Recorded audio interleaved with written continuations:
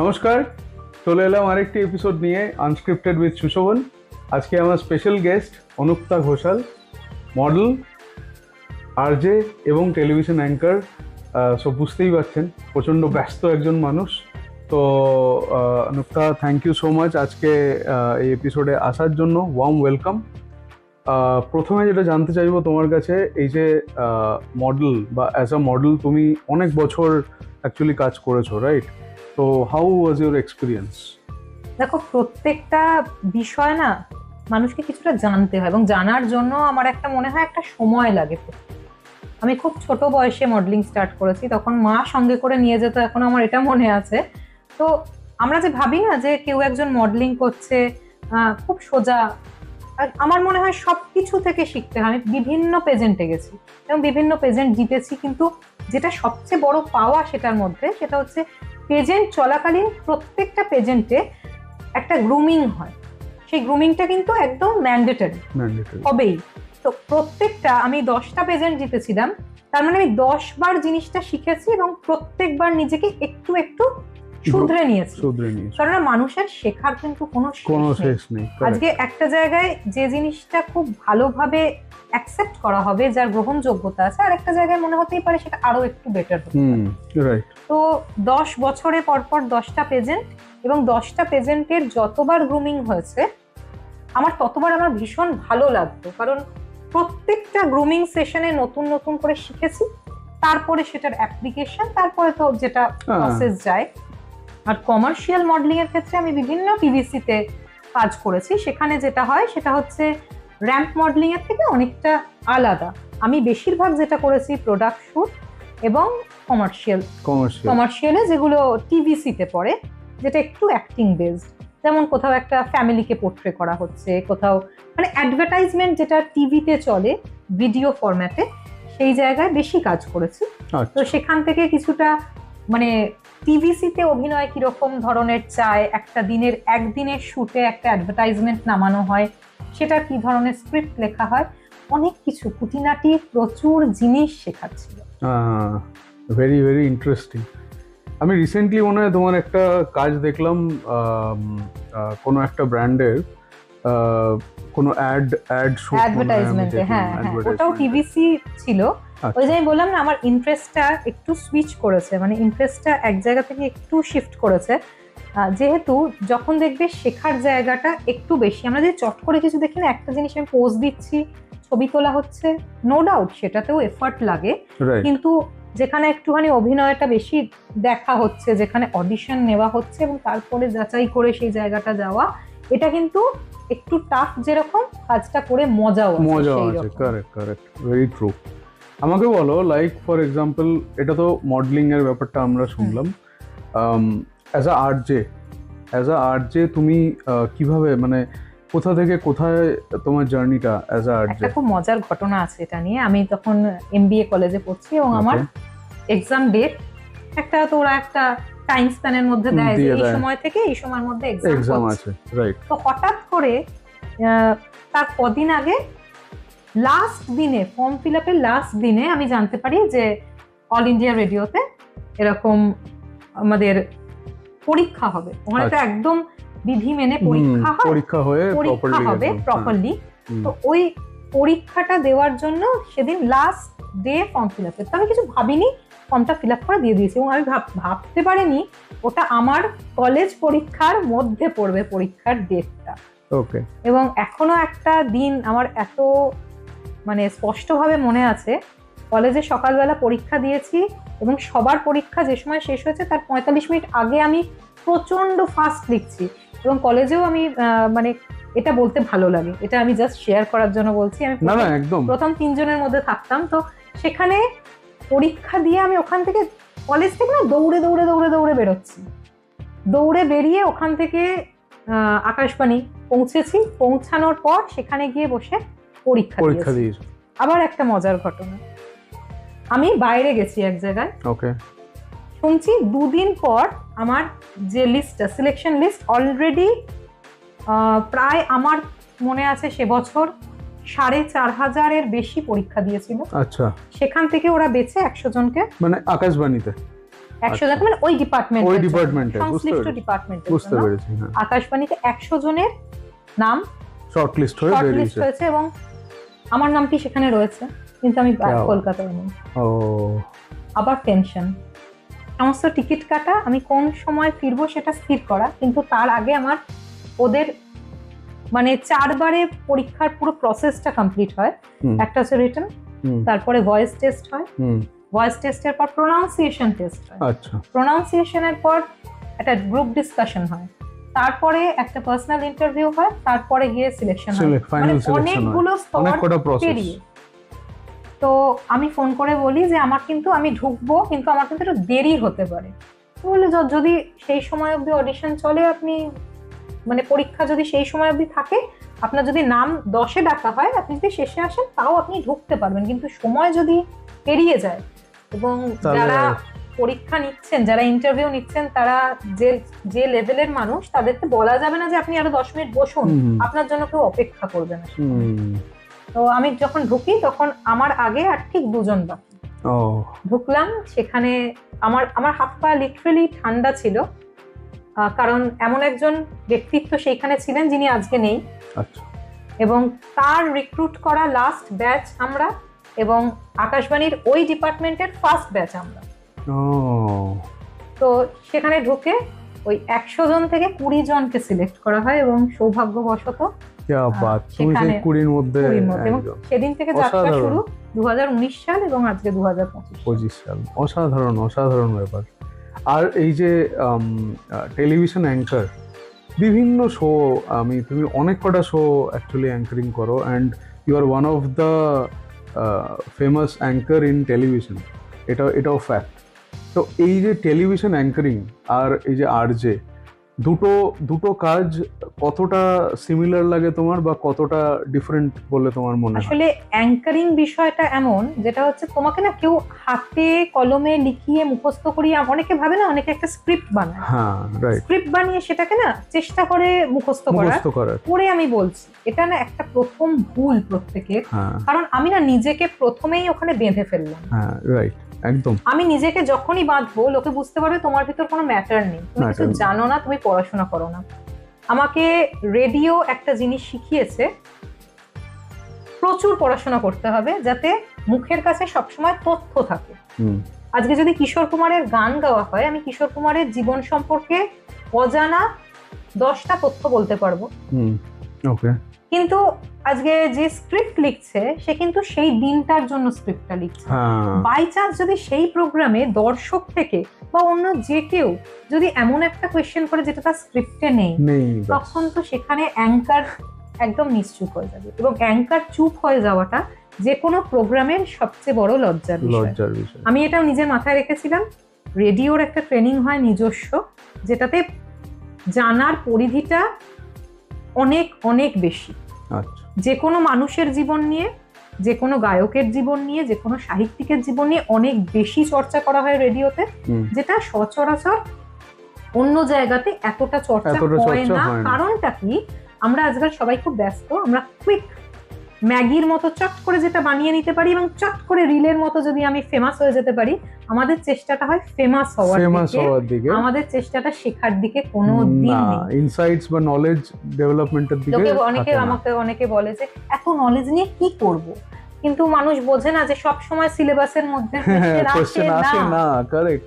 তুমি স্টেজে রয়েছো, দর্শক থেকে কিছু একটা প্রশ্ন এমন করলো যেটা সিলেবাসের বাইরে, এবং আমরা না একজন ভাবি যে আমরা সব জানি, দর্শক কিচ্ছু জানে না। দর্শক সবটুকু জানে যে তোমার ভিতর কতটা রয়েছে। তারা যদি একটু ভাবে না যে আমি একে একটু বাজিয়ে দেখবো যে এর ভিতর কি আছে, তারা ইজিলি পারে।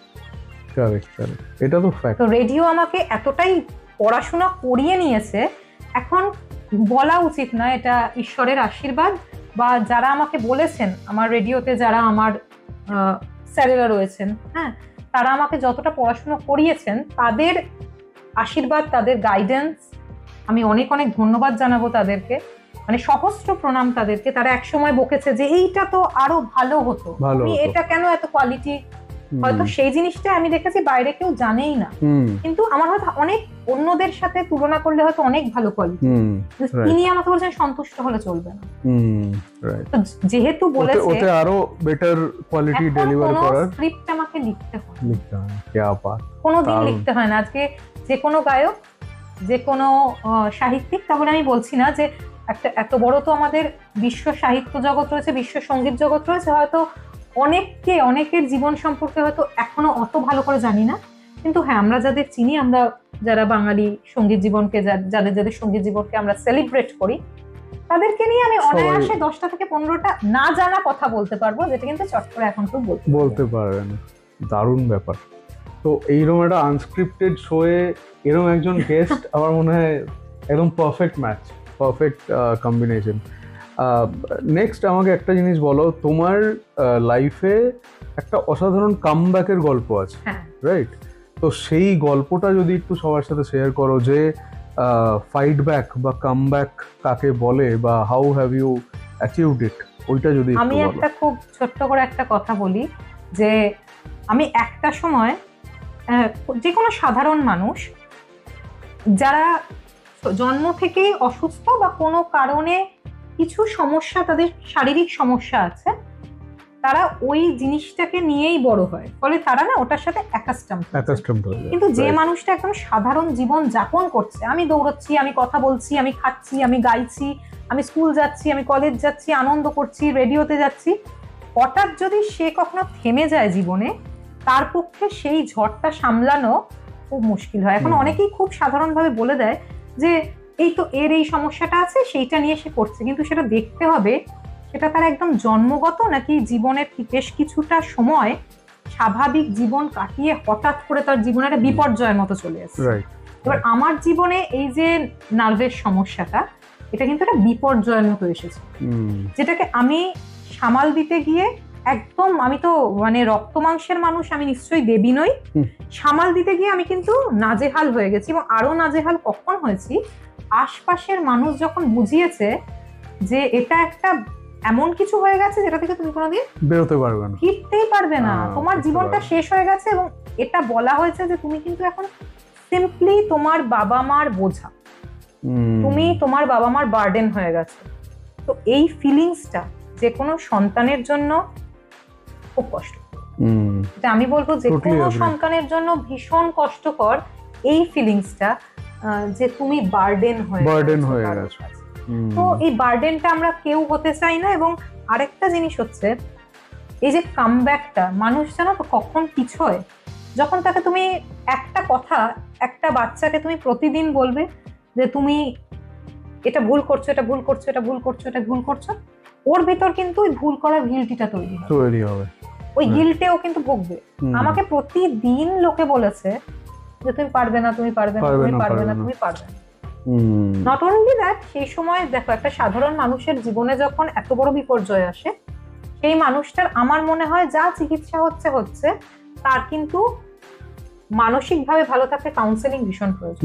কারেক্ট, একদম যেতেই হবে, কাউন্সিলরের কাছে যাওয়াটা কোনো অপরাধ না। আমরা না খুব ভুল করি যে আমরা শরীর খারাপ হলে, আমার না একটু জ্বর হয়েছে, আমি একটু ডাক্তারের কাছে যাচ্ছি। আমরা কোনোদিন না এটা বলতে ভয় পাই, আমার একটু মন খারাপ হয়েছে, আমি একটু ডাক্তারের কাছে যাচ্ছি।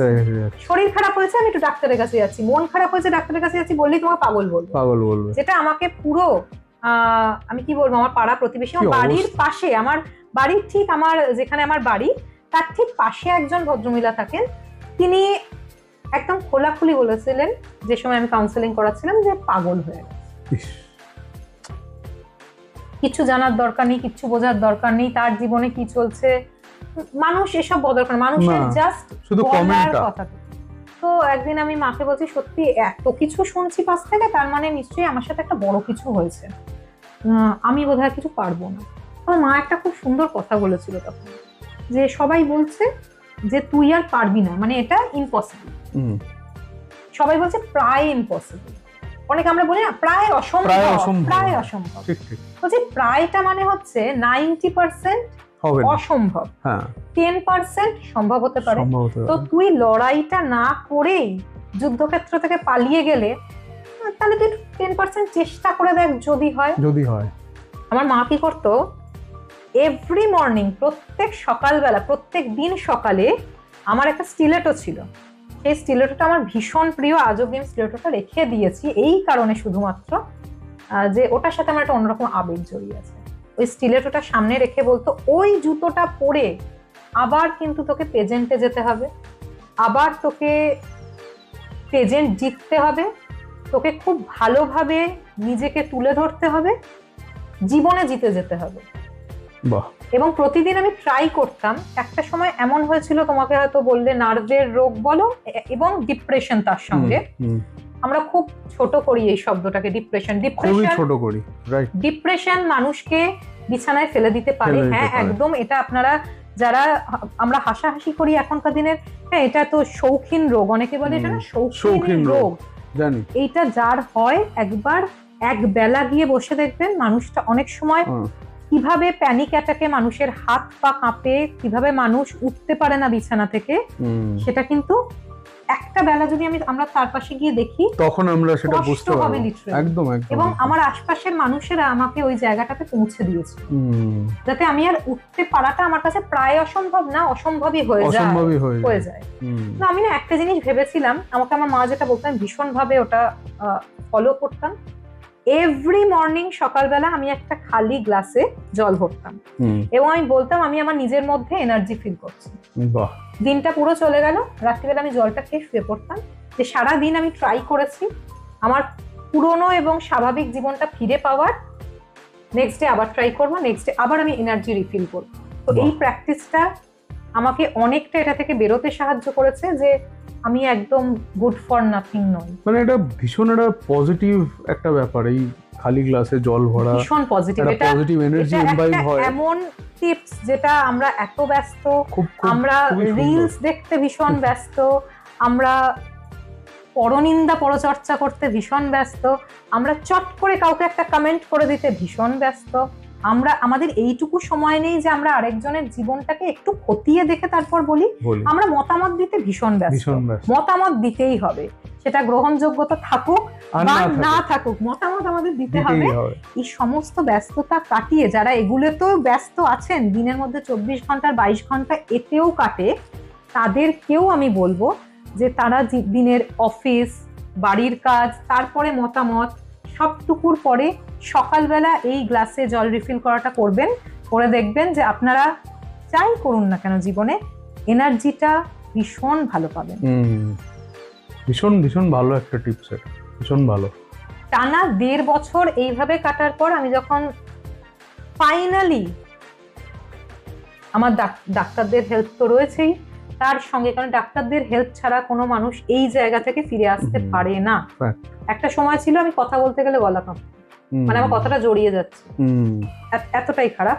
সেখান থেকে ফিরে আসলাম যখন, তখন আমি ভাবলাম যে আমি অনেক কিছু পেয়েছি জীবনে। মানে একটা জীবনকে তুমি দ্বিতীয়বার পেলে। প্রথমবার তোমার সমস্যা ছিল, তুমি হেরে গেছিলে, দ্বিতীয়বার পেলে। কিন্তু আমাদের সোসাইটি এতটাই উদার আমাদের প্রতি, একদমই ব্যঙ্গার্থে ইউজ করলাম শব্দটা, কারণ কোনো মানুষ, আপনি যদি পিছিয়ে পড়েন কোনো রেসে, ঘোড়ার রেস দেখবেন, যে ঘোড়া পড়ে যায় সেই ঘোড়াকে গুলি করে মেরে দেওয়া হয়। আমাদের সমাজটা ঠিক ওই রকম। আমাদের সমাজ শুধু আমাদের গুলি করতে পারে না, এইটুকু হচ্ছে হাতটা বাঁধা রয়েছে, কিন্তু আপনাকে মনের দিক থেকে মেরে দিতে পারে। এবং আমার সমাজ আমাকে এটাই করেছিল, আমাকে মনের দিক থেকে মেরে দিয়েছিল।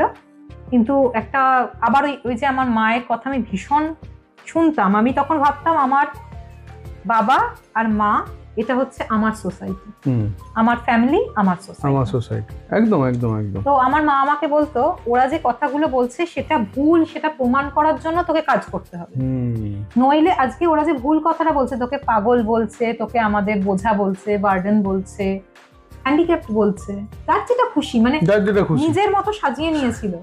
কি হয়েছে, কেন হয়েছে, একটা নার্ভের সমস্যা থেকে, সেটা থেকে কেন হতে পারে সেটা সম্পর্কে আমাদের নলেজ থাকা ভালো, আমরা আরো সচেতন হব যে এটা আমাদেরও হতে পারে, এটা আপনাদেরও হতে পারে, আপনি আবার ফিরেও আসতে পারেন, আপনি মনের জোরে সেটাকে একদম সারিয়ে তুলতে পারেন, সেসব কিছু দেখার দরকার নেই। হ্যান্ডিক্যাপ, পাগল, অপাহিজ, যখন যেটা ইচ্ছা হয়েছে। এবং খুব সগর্বে বলছি, তাদেরকে আমি অনেক ধন্যবাদ জানাচ্ছি আজকের দিনে। কারণটা হচ্ছে তারা যদি ওটা না বলতো, আমি তাহলে মায়ের ওই কথাটা শুনতামই না, যে তারা ভুল বলছে, তোকে ওটা প্রমাণ করতে হবে তারা ভুল। ওই ভুলটাকে ভুল প্রমাণ করার জন্য আমার প্রচন্ড ভিতরে একটা সাহস কাজ করে, যেটার জন্য আমি বিভিন্ন পেজেন্টে নাম দিতে শুরু করি। এবং বিশ্বাস করুন, একটা কথা বলতে কোনো লজ্জা নেই, চোখ কান বুঝে নিজের প্যাশন যেটা ছিল সেটাকে ফুল ফর্মে ফুলফিল করার জন্য অক্লান্ত পরিশ্রম করেছি, অক্লান্ত পরিশ্রম। হ্যাঁ, এবং তার সঙ্গে পড়াশুনো। আমার 1 বছর আমি পরীক্ষা দিতে পারিনি। আমার বন্ধু বান্ধবদের মধ্যে অনেকে এমন আছে, তারা কি নাটক করে পরীক্ষা দিচ্ছেন, এইসব রোগগুলো আবার কি, এগুলো নাটকের রোগ। কি অবস্থা! এগুলো নাটকের রোগ, এগুলো আমাদের সমাজের চোখে এগুলো নাটকের রোগ, এগুলো শৌখিন রোগ এবং নাটকের রোগ। এই দুটো শব্দ আমার কাছে খুব শৌখিন রোগ, নাটকের রোগ মনে হয়। কারণ মানুষ না শরীরের রোগটাকে উপর থেকে দেখে, যাদের মনের রোগ সত্যি করে থাকে, depression, anxiety disorder, panic attack যাদের হয়, একবার একদিনের জন্য গিয়ে দেখবেন তাদের জীবনটা কতটা কষ্টকর। নিঃশ্বাস নিতে পারে না মানুষ, নিঃশ্বাস নিতে পারে না। না, আমি জানি এত কাঁপে, গলা দিয়ে আওয়াজ বেরোয় না, নিঃশ্বাস নিতে পারে না। এবং এগুলো সত্যি বলছি, এগুলো শৌখিন রোগ নয়। কেউ স্বাদ করে নিজেকে এত কষ্ট দেবে না, কোনো দিন দেবে না। সকলের কাছে বিনীত অনুরোধ, এই শৌখিন রোগ কথাটা বলা দয়া করে বলবেন না। এবং এই যে ডিপ্রেশন শুধুমাত্র যে টেনশন থেকে হয় সেটা নয়, আমাদের শরীরে বিভিন্ন রকমের হরমোনস রয়েছে, সেগুলোর আমি আমার যতদূর মনে হয় ভিতর থেকে উত্তেজিত, খুব আনন্দ পেয়েছি, এক্সাইটেড হয়ে গিয়েও মানুষের কিন্তু নিঃশ্বাস প্রশ্বাসের সমস্যা হয়, ইমব্যালেন্স হয়, প্রবলেম হয়। একদম। তো ওই এত ছোট ব্যাপার না, শরীরটা খুব জটিল জায়গা, কার কি কারণে কি হচ্ছে কেউ বুঝতে পারে না। এটা সর্দি কাশি জ্বর সত্যি নয়। তো সেক্ষেত্রে আমি তখন যেহেতু ডাক্তার দেখাতাম, এখনো আমি কাউন্সেলিং করাই, আমি ভালো থাকি কাউন্সেলিং করে। মন ভালো থাকে, আমার মন ভালো থাকে, আমার মন খারাপ হয়, আমি মানুষ, আমি একদমই মহামানবী দেবী কিচ্ছু নই। আমার মন খারাপ হলে আমি একদম সবার সামনে বলতে পারি, আমি সগর্বে কাউন্সিলরের কাছে যাই, আমার সমস্যাটাকে বলি। তো আমার অ্যাংজাইটির সমস্যা রয়েছে, আমি সেটার জন্য ডাক্তার দেখি, খুব ভালো, আমি সুস্থ আছি। আপনার যদি শরীরে একটা জটিল রোগ বাঁধে, আমি বলি আমি ওষুধ খাবো না, ওষুধ খেলে না লোকে সবাই বলবে যে আমি ওষুধ খাচ্ছি, আমার খুঁত হয়েছে ভিতরে। ওটাকে সারিয়ে ফেলুন, ওটাকে ভিতরে রেখে কোনো লাভ নেই, বরং ওষুধ খেলেই সেটা আরো এটা আমরা কন্ট্রোল করতে পারবো না। একটা চিকিৎসা শাস্ত্র বলে জায়গা রয়েছে, সেখানে মনটাও শরীরের মতোই গুরুত্বপূর্ণ। একদম। ওটার জায়গাটা যদি একটু সিরিয়াস হয়, সেটাকে ওষুধ দিয়েই সারাতে হয়।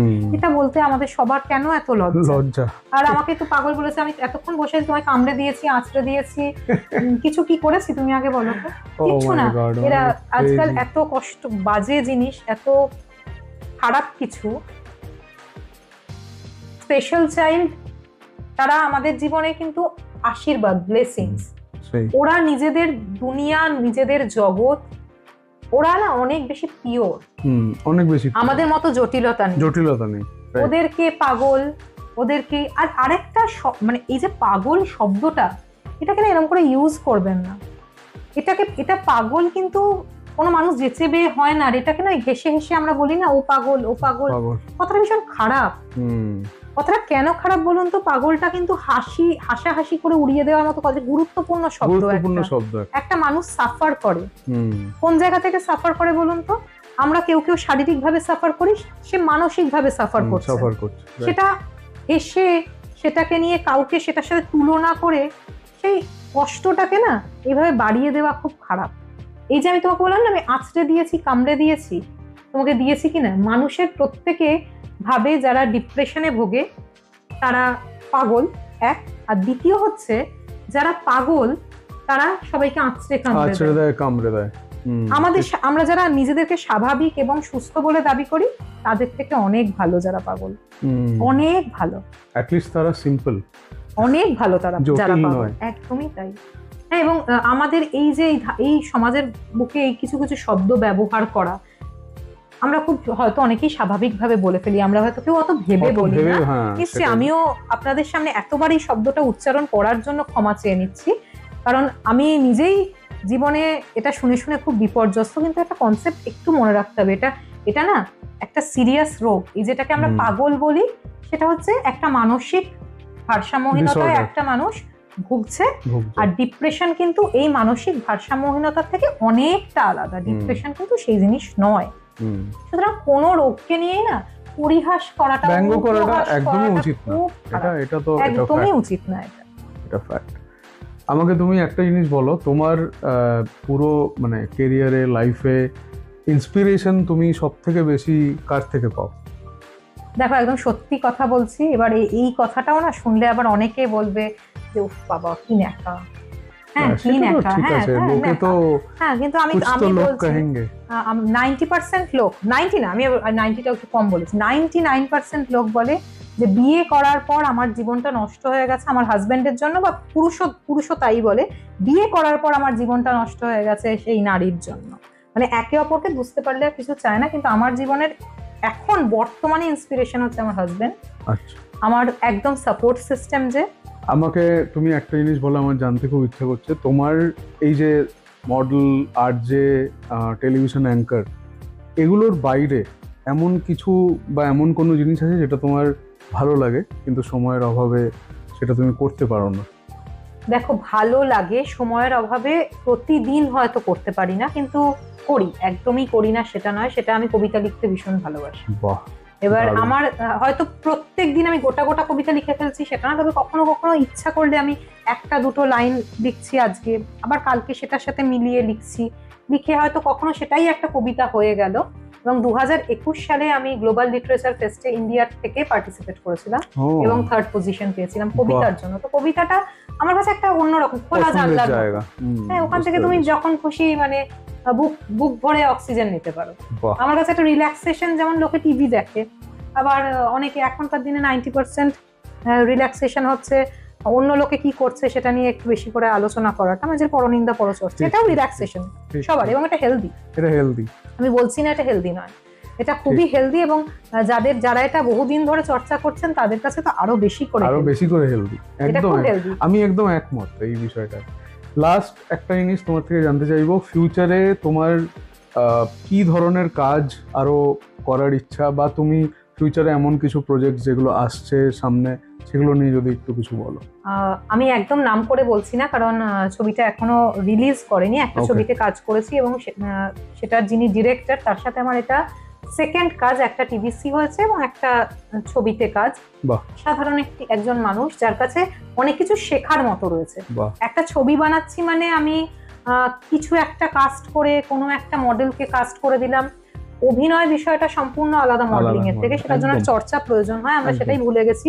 এখন রিসেন্টলি অনেক সিনেমা তৈরি হচ্ছে যেগুলোতে মডেলদেরকে র্যান্ডম কাস্ট করা হয়। কাস্ট করা হয়। কিন্তু এরকম আমার ব্যক্তিগতভাবে, আমি আবারও সকলের কাছে ক্ষমা চেয়ে বলছি, আমার ব্যক্তিগতভাবে ভুল মনে হয়। কারণ প্রচুর ছেলেমেয়েরা রয়েছে যারা ডেডিকেশন দিয়ে থিয়েটারটা করে ভালোবেসে, প্রতিদিন নাটকটাকে নিয়ে চর্চা করে, অভিনয়টাকে চর্চা করে।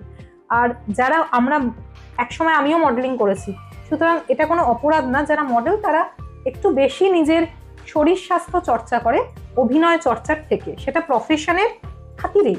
কিন্তু অভিনয় করতে গেলে শরীর চর্চার কোনো প্রয়োজন হয় না, অভিনয় করতে গেলে অভিনয় চর্চাই অভিনয় দরকার। চর্চাটাই দরকার। একদম, এখনকার দিনের একদম। ডিরেক্টররা বেশিরভাগ, আমি আবারও বলছি বেশিরভাগ পরিচালকরা সেটা বোঝেন না। কিন্তু আমি যার সাথে কাজ করেছি তার অদ্ভুত, তার জীবন দর্শনটাই আলাদা, অসাধারণ মানুষ, এবং তার সাথে কাজ করে আমি এমন টেস্ট পেয়েছি, আমার খুব ইচ্ছা তার সাথেই পরের পর কাজ করে যাওয়ার, কারণ বাহ, তার কাছে দারুণ। শেখার মতো অনেক কিছু রয়েছে। এবার ওই যেহেতু একটা কথা বলে না যে অভিনয় চর্চাটা দিনের শেষে ভীষণভাবে প্রয়োজন, এখন রিসেন্টলি আমি একটু অভিনয় চর্চার দিকেই বেশি গুরুত্ব দেব, কারণ কোনো কিছু না শিখে করা যায় না। আমরা অনেকে বলে না যে আমি একদম জন্ম থেকে আমি কিচ্ছু শিখিনি, আমি করে ফেলেছি, একটা ছুরিকে এমনি ফেলে রাখলেও সেটা তো জং ধরে যাবে, সেটাকেও ধার দিতে হয়, শান দিতে হয়। সুতরাং অভিনয়টা প্রতিদিনের বিষয় চর্চা করতে আমিও সেটার জন্যই সচেষ্ট, নিজেকে আরো একটু বেশি ভালো করে তুলে ধরার। এবং আমি একদম বিশ্বাস করি না যে অভিনয় করার জন্য ভীষণ ভালোভাবে শরীর চর্চা করে নিজেকে সামনে আনতে হবে। মডেলিং এর জন্য প্রয়োজন, একদম পেশার খাতিরে অভিনয়ের জন্য অভিনয় দাবি চর্চাটা করে। প্রয়োজন। অভিনয়ের জন্য না, আমাদের বেশিরভাগ অভিনেতা অভিনেত্রীরা খুব, আমি সবাইকে রেসপেক্ট সম্মান দিয়ে বলছি, অনেককে দেখি নতুন যারা বিশেষ করে নবাগতারা আছেন, তাদেরকে কাউকে আমি ছোট করছি না, অসম্মানও করছি না। এমন অনেক সিনেমা দেখছি, অসাধারণ সংলাপ, একজন দর্শক হিসেবে বলছি, আমি কিন্তু কোনো সিনেমার বোদ্ধা নই, আমি একদম একটা মানে খালি চোখে একটা ছবি দেখলে আমার যেটা মনে হয় সেই মতবাদটুকুই বলতে পারি। কারণ আমি তো বিরাট বড় কোনো বোদ্ধা নই যে এই জায়গায় লাইটিং এরকম হয়েছে, কোনো বিরাট পড়াশোনা করে আমি এই বিষয়টা জানি না যে এই জায়গার এডিটিং দারুণ হয়েছে, এখানে ভিএফএক্স দারুণ হয়েছে, ওটা বলতে পারবো না। সাধারণ একজন তুচ্ছ নগণ্য দর্শক হিসেবে যেটা মনে হচ্ছে, এখনকার দিনে অনেক ছবি তৈরি হচ্ছে অসাধারণ সংলাপ, অ্যাকশন সিন দেখছি, অসাধারণ অ্যাকশন সিন, মানে এরকম অ্যাকশন সিন আগে কখনো কখনো হয়নি। তাবড় তাবড় অভিনেতা যারা রয়েছেন 3-4 জন, একদম পর্দা কাঁপাচ্ছে, মানে তাদের দিকে চোখ সরানো যাচ্ছে না। হয়তো সেই ছবিতে একজন অভিনেত্রীকে কাস্ট করা হয়েছে খুব নতুন, নবাগতা একদম, সে তার হয়তো ফিউচারে কোনো অভিনয়ের কোনো রেকর্ড নেই, নিশ্চয়ই এটা হতে পারেনি, অভিনয়ের রেকর্ড সবসময় থাকতে হবে, তাকেই অতীতে পাস্টে কোনো রেকর্ড নেই, কিন্তু অভিনয়ের রেকর্ড থাকতে হবে না স্ক্রিনে, কিন্তু অভিনয় চর্চার তো একটা রেকর্ড থাকবে। সে যখন কথা বলছে, ডায়লগ বলছে, সংলাপ বলছে, মনে হচ্ছে একদম মুখস্থ করে একদম সেইভাবে থ্রো করছে, তো সেইটা না দর্শকের চোখ এড়ায় না। এবার কিছু কিছু ক্ষেত্রে হয়, আমি কিছু ছবি দেখলাম যেখানে মানুষ বলে না যে খুব পুরুষতান্ত্রিক সমাজ, খুব হিরো কেন্দ্রিক ছবি, হবে না কেন? এখন 4 জন হিরো যদি তাবড় হিরো থাকে, তারা যদি একদম পর্দাটাকে কাঁপিয়ে দেয়, এবং সেখানে যাকে আমরা যে মহিলাকে বা যে নারীকে কাস্ট করছি, সে একজন খুব নামকরা মডেল হতেই পারে, কিন্তু সে কোনোভাবে অভিনয়ের সাথে যুক্ত নয়। অভিনয়ের সাথে যুক্ত হওয়া মানে কিন্তু ক্যামেরার সামনে আগে কাজ করেছে সেটা বড় কথা নয়, অভিনয় চর্চার সাথেই সে যুক্ত, দূর দূরান্তে কিছু নেই। সে একটা প্রেসের সামনে কেউ কিছু জিজ্ঞেস করলে 4 বার আমতা করে ভুলভাল কথা বলছে, তো সেক্ষেত্রে সেটা একটু লজ্জাজনক, সেটা একটু মেনে নিতে হবে। এই কাস্টিংটা কিভাবে হয়েছে ভালো লাগেনি, একজন দর্শক হিসেবে ভালো লাগেনি। এখন কেউ বুঝতে পারলে আমি জানি না যে কোন ছবির কথা বলছি, কিন্তু হ্যাঁ, এই জায়গার কাস্টিং ভালো লাগেনি। সেই সঙ্গে এই কথাটা মাথায় রাখতে হবে, নবাগতরা যারা আসছে তারা যেন চর্চাটা করে আসে, এটা অনেক বেশি আমাদের কাছে ভালো লাগবে। এবং আরেকটা জিনিস, যেটা একটা ছবির এক্সপিরিয়েন্স বললাম, এরকম আরো অনেক ছবি রয়েছে যেখানে হয়তো সেই চরিত্রটাকে, সেই ছেলেটিকে বা সেই মেয়েটিকে অত গুরুত্বপূর্ণ চরিত্র দেওয়া হয়নি, কারণ সে হয়তো অত চটকদার নয়, সে হয়তো শরীরচর্চা রেগুলার করছে না, ডিরেক্টর বা প্রডিউসার কারোর পছন্দ হচ্ছে না, কিন্তু সে এত চমৎকার অভিনয় করছে কারণ তার অভিনয় চর্চার রেকর্ডটা সেই রকম পোক্ত, সে থিয়েটার কাঁপিয়েছে একসময়। তো এইটার তফাৎটা বোঝা যায়। এখন একদম মেকানিক্যাল ওয়েতে আমার খুব সুন্দর চেহারা, আমি খুব সুন্দরী, অথচ আমাকে একটা প্রশ্ন করলে আমি করছি, তার মানেটা এটা নয় যে আমি একটা সিনেমাতে একটুখানি একটা খুব ভালো নামকরা হিরোর বিপরীতে আমি নতুন এসে কাস্ট হয়ে গেছি, কোনোভাবে কাস্ট হয়ে গেছি, কিভাবে জানি না, কিন্তু কোনোভাবে কাস্ট হয়ে গেছি মানে আমি একদম কেল্লা ফতে করে দিয়েছি, এটা মানে নয়। আশা করি যিনি এভাবে অভিনয় করেছেন, আমি খুব দুঃখিত, মানে এত সুন্দর ছবিটা খুব রিসেন্টলি দেখেছি, আমি একদমই নাম বলবো না, আমার মনে দাগ কেটেছে ছবিটা। অসাধারণ অভিনয় প্রত্যেকের, এবং আরো একজন অভিনেত্রী ছিলেন, তার অভিনয় আমি মানে স্তম্ভিত যে এত সুন্দর অভিনয় হতে পারে এইটুকু জায়গায়। সেখানে একজন নবাগতার ওই রকম কাঠখোট্টা অভিনয় দেখে এতটাই ব্যথিত হয়েছি। এবং সেই জায়গায় যদি আরো অন্য কিছু ওয়েব সিরিজের দিকে আমি তাকাই, থিয়েটারের ছেলেমেয়েরা এত সুন্দর অভিনয় করছে, তাদেরকে কিন্তু আমি থিয়েটার বলে পার্সিয়ালিটি করছি এটা নয়, আমি না বুঝতে পারছি না তারা অভিনয় করছে, আমার মনে হচ্ছে সেটা রিয়েল সত্যি।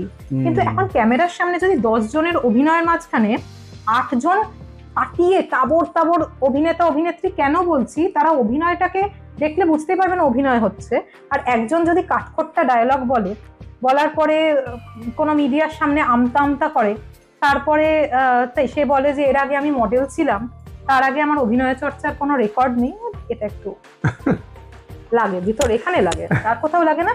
যারা যোগ্য তারা অবশ্যই জায়গা পাক, এটা আমার ভীষণভাবে চাহিদা। আমি বেশ কিছু এখনকার প্রজন্মের যারা থিয়েটার থেকে ওয়েব সিরিজ এবং বিভিন্ন জায়গায় করছে, আমি তাদের নাম বলতে পারি, আমার কোনো অসুবিধা নেই। আমি শ্রেয়া ভট্টাচার্য অসাধারণ অভিনয় করে, শতাক্ষী নন্দী অসাধারণ অভিনয় করে, আমি কুর্নিশ জানাই। এবং মহিলা হয়ে, মেয়ে হয়ে আমি চট করে মেয়েদের প্রশংসা করতে চাই না, বড্ড কৃত্রিম করেছি, এটা একদম উচিত না। তো আমি মেয়ে হয়ে এনাদের আরো অনেকের নাম রয়েছে আমি বলতে পারি, সুহত্র, হ্যাঁ, অসাধারণ অভিনয়। অসাধারণ অভিনয়। হ্যাঁ, আমি না সত্যম ভট্টাচার্য, তাকিয়ে দেখার মতো অভিনয়। বিশ্বাস করুন, আভেরি সিংহ রায়, তাকিয়ে দেখার মতো অভিনয়। আমি এই নামগুলো বলছি বলে প্লিজ ভাববেন না আমাকে কেউ এক্সট্রা কিছু প্রমোশনাল কোনো ফিজ দেয়নি ওদের প্রমোশন করার জন্য, কারণ ওরা না প্রমোশনের ধার ধারে না। একদম একদম, এরা প্রমোশনের ধার ধারে না। যে কটা নাম বললে এদের কারোর প্রমোশন লাগে না, ওরা প্রমোশনের ধার ধারে না, এক কথা। দ্বিতীয় কথা হচ্ছে, যতটাই আনন্দ পেয়েছি এরা জীবনে যেভাবে এগোচ্ছে দেখে, ততটাই এইরকম কাস্টিং দেখলে বড্ড ব্যথিত হই সাধারণ দর্শক হিসেবে। আর কিচ্ছু না, আমি কিন্তু কোনো সিনেমার বোদ্ধা নই। একটা স্ক্রিনের মধ্যে হঠাৎ করে এরকম মানে বিদঘুটে অভিনয়, একেবারে বিদঘুটে লেগেছে। এবং তাছাড়া এতটাই বিদঘুটে লেগেছে যে ওই চরিত্রটাকে সিনেমার অন্তর্গত মনে হয় ওটা না থাকলেই ভালো হতো, ওটাকে যায় আসে না। মানে ওটা এমনই একটা তুচ্ছ ক্যারেক্টারে পরিণত হয়েছে, ওটা বাদ গেলেও কোনো মানে আমাদের অ্যাপেন্ডিক্সের মতো, যেটা শরীরে থাকে কিন্তু কোনো কাজ নেই। কাউকে ব্যথিত করা বা ব্যথা দেওয়া আমার মানে কোনো রকম কোনো উদ্দেশ্য প্রণোদিত ভাবে নয়, কিন্তু অত্যন্ত বিরক্ত হয়েছি এটাতে। কারণ আমরা সবাই দর্শক, তো আমরা ছবিটা দেখতে যাই ভালো এক্সপিরিয়েন্স নিয়ে ফেরার জন্য। একদম সেইটার জন্যই বললাম, যোগ্যদের অবশ্যই, যাদের নাম বললাম তারা তো অসাধারণ, মানে তাদের নাম বলার মতো যোগ্যতা আমার নেই। Right right.